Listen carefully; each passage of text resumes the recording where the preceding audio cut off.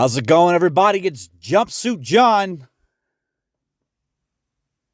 And let's jump into it.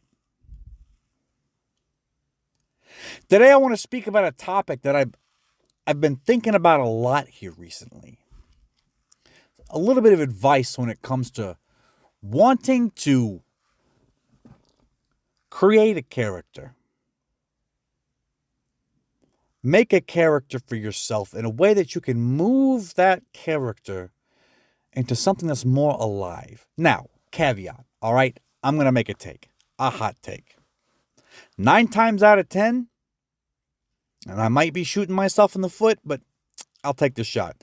9 times out of 10, when somebody gives you advice on the internet, specifically pertaining to like Dungeons and Dragons or tabletop shit, baby, it's bad. It's bad. And it's bad for a few reasons. It's bad because it makes the most low-effort bullshit crap that a million other people have. Like, there's no insight and there's nothing new.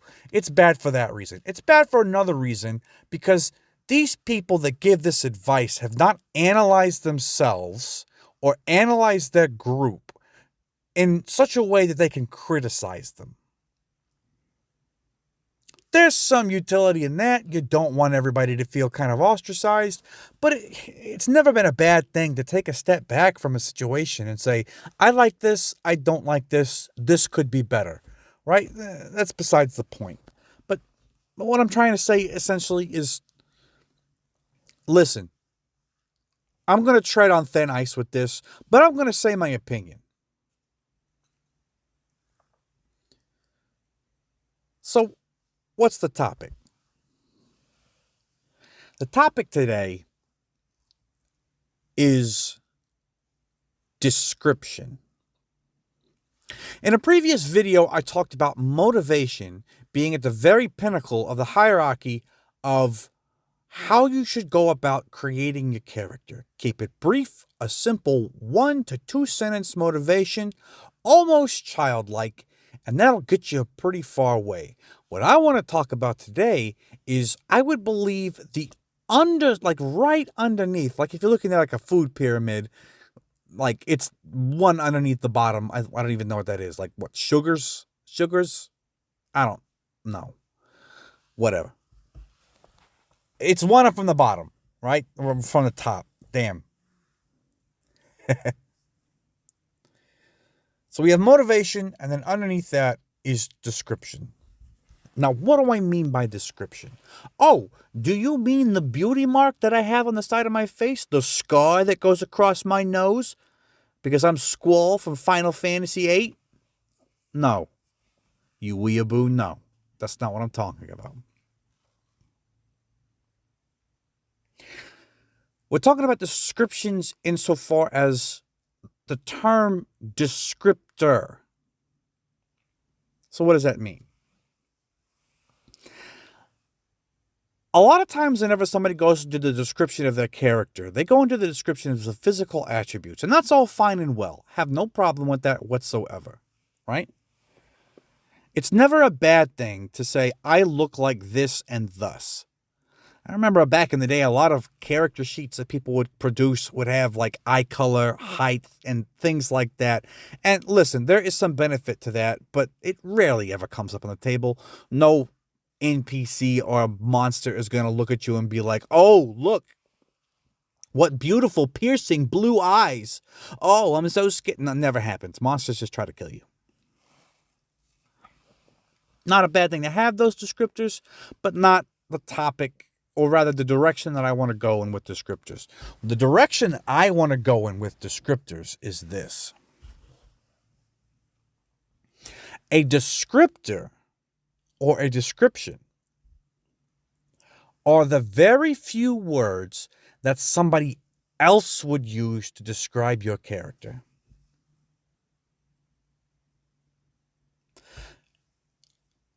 It's what somebody looking at your character, if they were talking to somebody else and you weren't in the room, they would say this about you.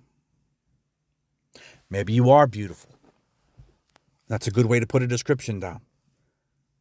Beautiful. Maybe you're ugly. Ugly. Maybe you're rugged. Maybe you look mean. Those kind of things.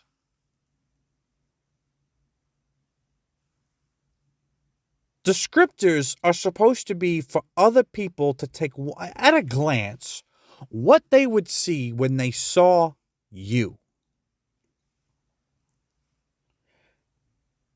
And for the most part, people go into description and descriptors strictly physical. I've already said it. And I believe that's too shallow. It's too shallow. And here's where I'm going to go with this, right? So previously, like I said, we talked about your motivation. Your motivation will get you a far way because it allows you to be able to develop who you are around the goal that you want to do. You will treat people differently based on your motivation. Do they align with your goals? Do they not align with your goals? Are they going to be able to be a stepping stone or a footstool to your goals or not? Now, descriptor will aid this even further, but I would caution, or rather, I would suggest, do not only use physical descriptors. The next time you take a look at your character sheet, you got that blank empty space right there, right? You've filled out all the numbers and the diddly doos, and you've got your motivation, your two little motivations that you got going in. How about you just do this? Do this for me. Throw a monkey wrench into the whole plan and do one thing. On description, write what people would say about your personality. How you act around other people. Write a one-sentence thing that, once again, if you're not in the room and this one guy that you know is talking to this other guy that you know, they use this to describe you. Almost like an adjective. Let me give you an example. One time I made a character. It's one of my favorite characters I've ever made, right? This is after I've kind of understood simplicity in character creation in order to allow for expansive storytelling, or rather expansive character development. He was a fighter. Yes, I had moved into my fighter phase. I finally grew up. But he was a fighter. And his name was Courtney Black. What do you mean Courtney? A girl's name? And it didn't always used to be a girl's name. But yeah, it was a girl's name.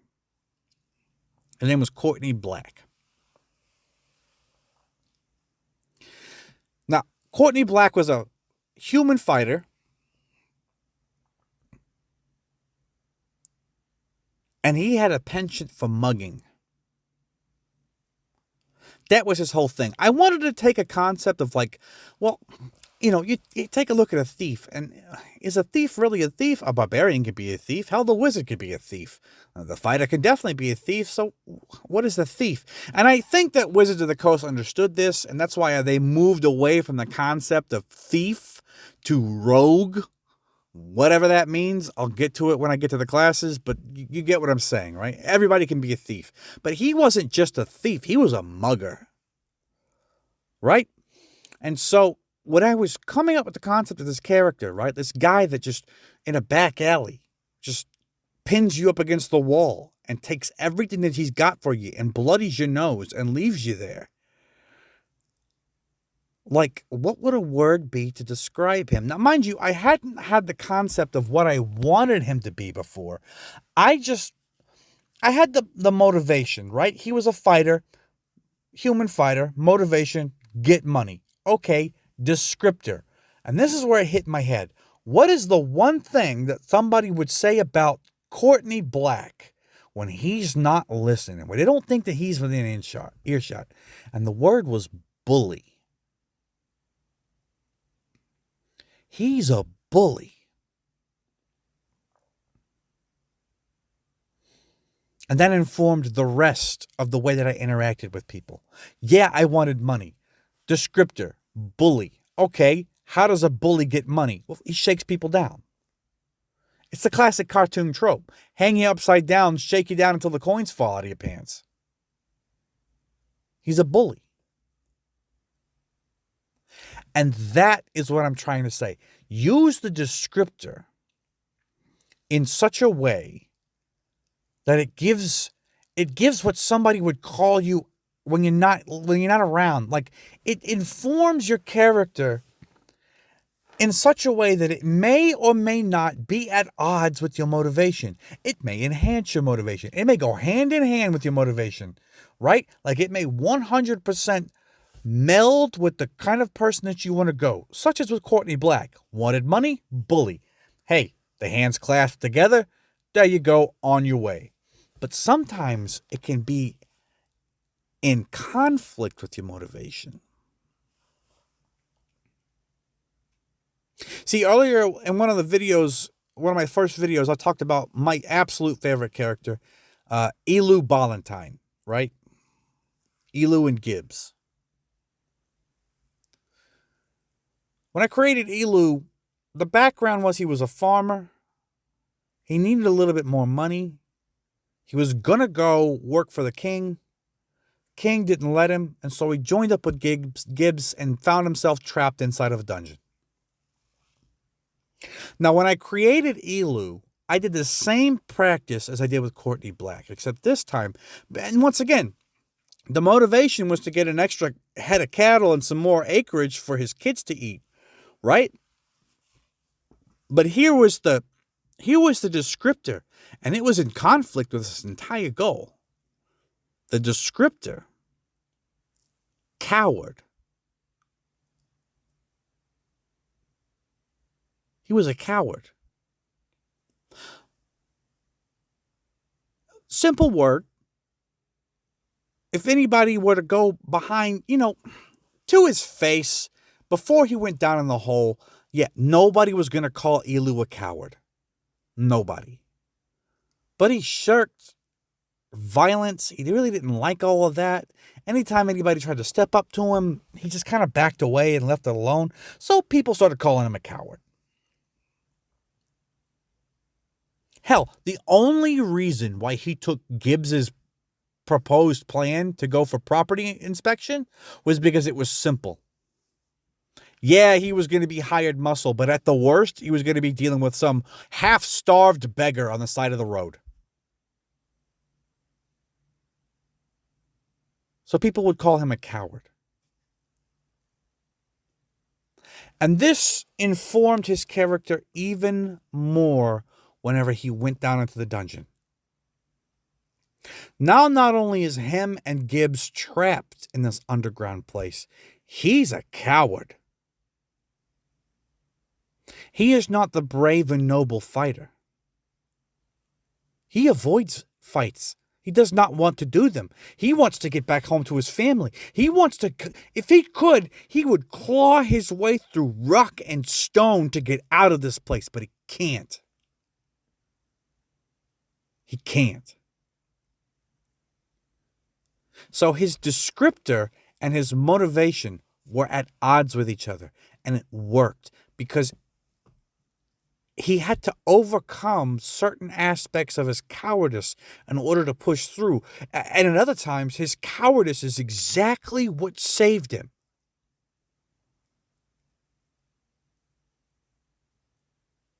I'll give you an example. Elu and Gibbs are walking through the dungeon, right? And they're opening up doors. They've had a few streaks of luck here and there, right? A couple of doors have only led to rooms with maybe a couple of things of copper inside of them. Not a lot of gold, but enough to make it worth it. Well, they open up one door.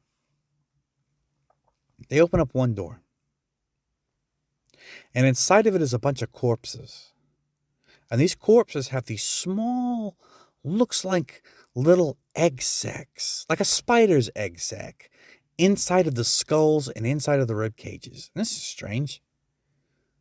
But at the back of the room, right? Has a lot of treasure. A lot of treasure. And they think it's going to be just like the other rooms. Take a walk in, grab the treasure, get back out, close the door. But that's not what happened. And remember, this game was randomly rolled. So, in Osric, there is a random dungeon table for level 1. And one of these creatures in this room was called a rot grub. Now, what does a rot grub do, right? Well, when you roll them in like groups of 20. They only got 1 HP. They're pretty easy to kill. But they got a very, very sinister quirk. So when Elu crossed that threshold, one of these little egg sacs popped open and lunged at him and hit him. Now, in the tabletop, this was actually him succeeding a hit chance and struck Elu. But when this rot grub hit him on his hand, it immediately burrowed under his skin and began to make its way up to his brain. Some quick thinking from Gibbs, grabbed a knife, plucked it out. Right? So what does Elu and Gibbs do? Do they brave the horde of rot grubs to get the treasure? No. Fuck no. Elu's a coward. They closed the door, stuffed every single nook and cranny with every available piece of cloth they could find, and put a gigantic red X on the door with a freaking piece of red chalk. Fuck the treasure. It's not worth it.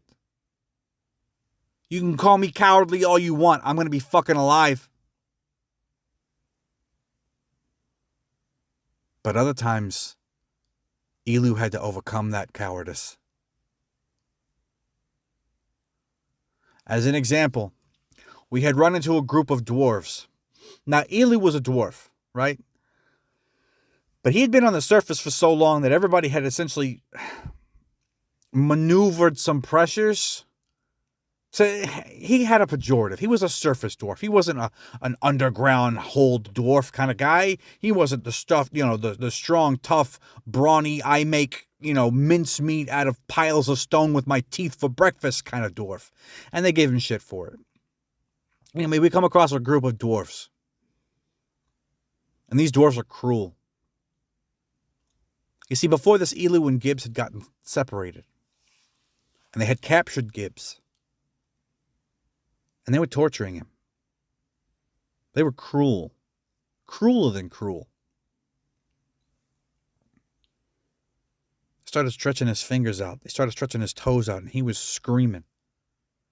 And it took everything for Elu to find him, and he found him. He ran back. And he snuck around because he's like, oh, these are dwarves. They're at least 3 times stronger than I am. What am I going to do? I'm an old man. What am I doing here? Why am I here? Why didn't I just stay at my... Oh! Cowardice. And before this, his weapon had broke. It broke. What did he have? He had nothing. The last couple of monsters that they fought were bugs, gigantic fire beetles. He didn't have anything. But he needed to help his friend Gibbs. If there was going to be anybody that was going to help him get out of this hell that he was in, it was going to be Gibbs. And so he fought back. He lunged from the shadows, grabbed the first dwarf, knocked him over, and then knocked over a treasure pile. And in this treasure pile, Elu began to scramble for a weapon. And he found one. We later called it the Angel's Knuckle. The Angel's Knuckle. We're at level 1. Everything's randomly rolled. We found a +4 magical flail at level 1. +4. The story that we made behind it was and the inside of the weight at the end of this flail, it was hollow. And suspended inside of it by hairs of an angel was the knuckle of an angel. And whenever that weight would strike something, the angel's knuckle on the inside would just ever so gently tap the corner. But it's an angel's knuckle. And then amplified the force to the 10th degree. And that's how we spun it. But if it wasn't for his overcoming of cowardice, Gibbs would have been tortured to death. Would have never killed those dwarves.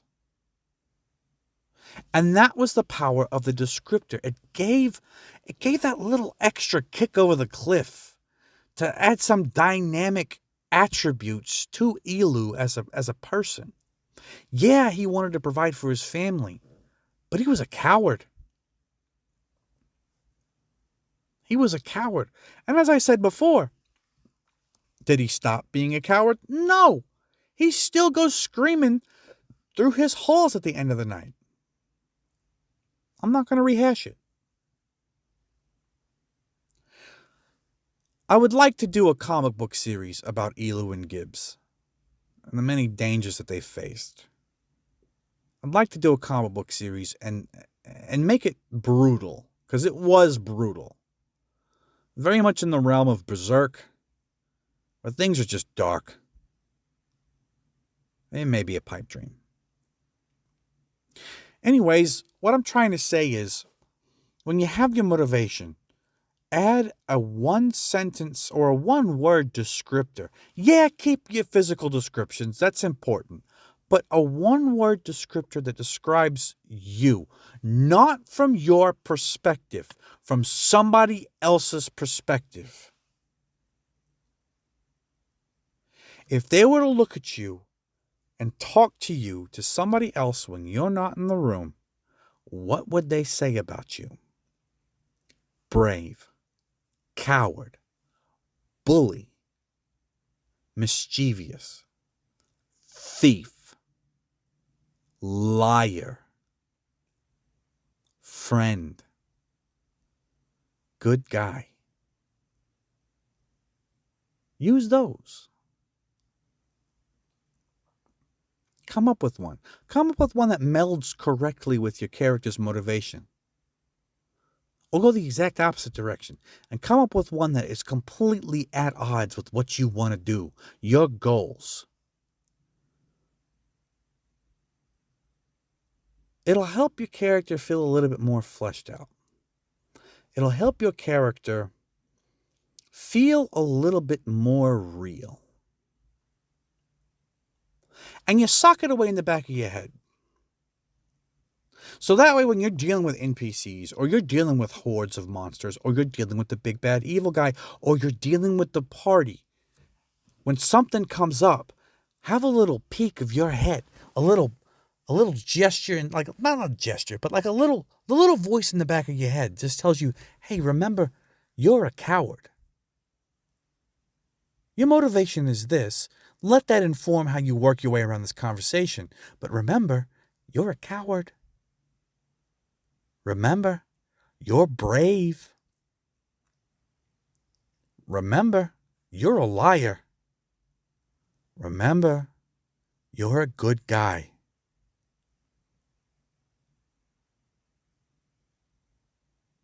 And that's what I think.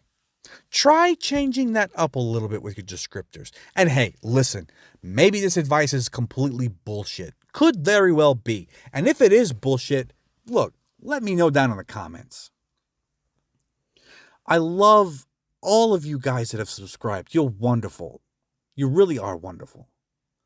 I appreciate it so much. And hey, share it around with your friends. Get them involved in the conversation. Like, comment, subscribe, ring the bell, get a little ring-a-ding.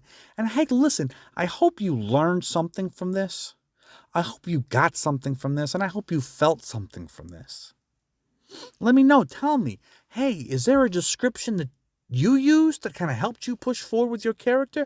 Or separately, did your character develop that description as they played? Let me know.